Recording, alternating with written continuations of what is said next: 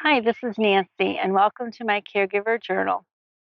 My husband Dan has been on a cancer journey for 7 years now, and his cancer journey has never led to remission. It has been more of a pattern of having chemotherapy, the cancer stops growing.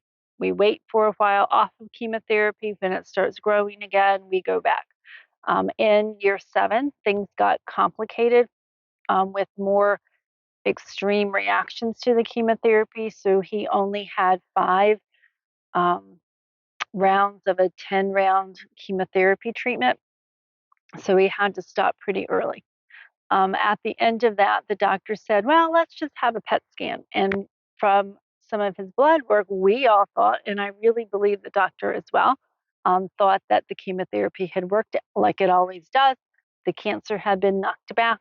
So let's just have a baseline to know exactly where we ended up at the end of chemotherapy for down the road.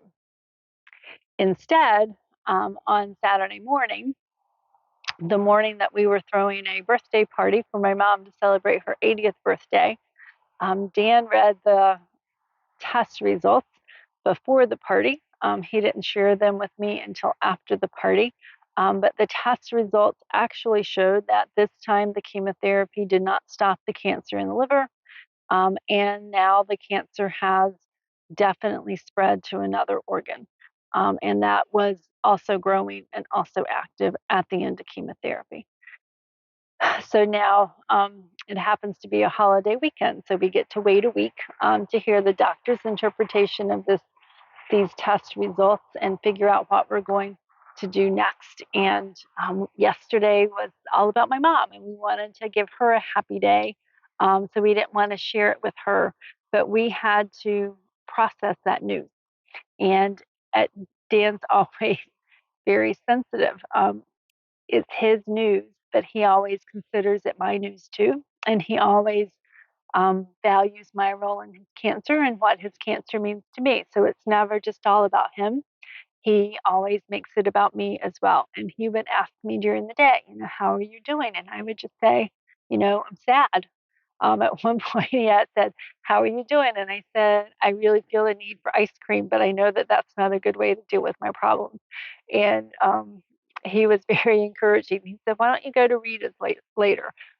So we did go to Rita's Water Ice and get some ice cream later on that evening. But processing news like that is difficult.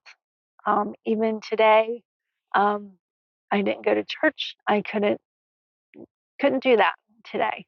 So we just had a quiet day at home, stayed in the house. My mom's still here with us. My daughter was in and out.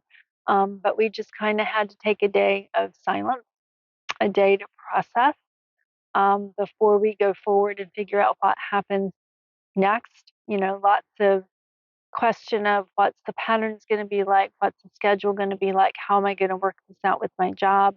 Um, I think I'll deal with all those tomorrow instead of today. But processing is hard. Thankfully, the people in my life give us the space that we need to process it. When I shared that with my mother this morning, there was no question of, why didn't you tell me yesterday? It was just, well, I'm sorry. Thank you for telling me. And we'll all move on together. But processing news is discouraging. It's difficult. And sometimes it is hard to get through.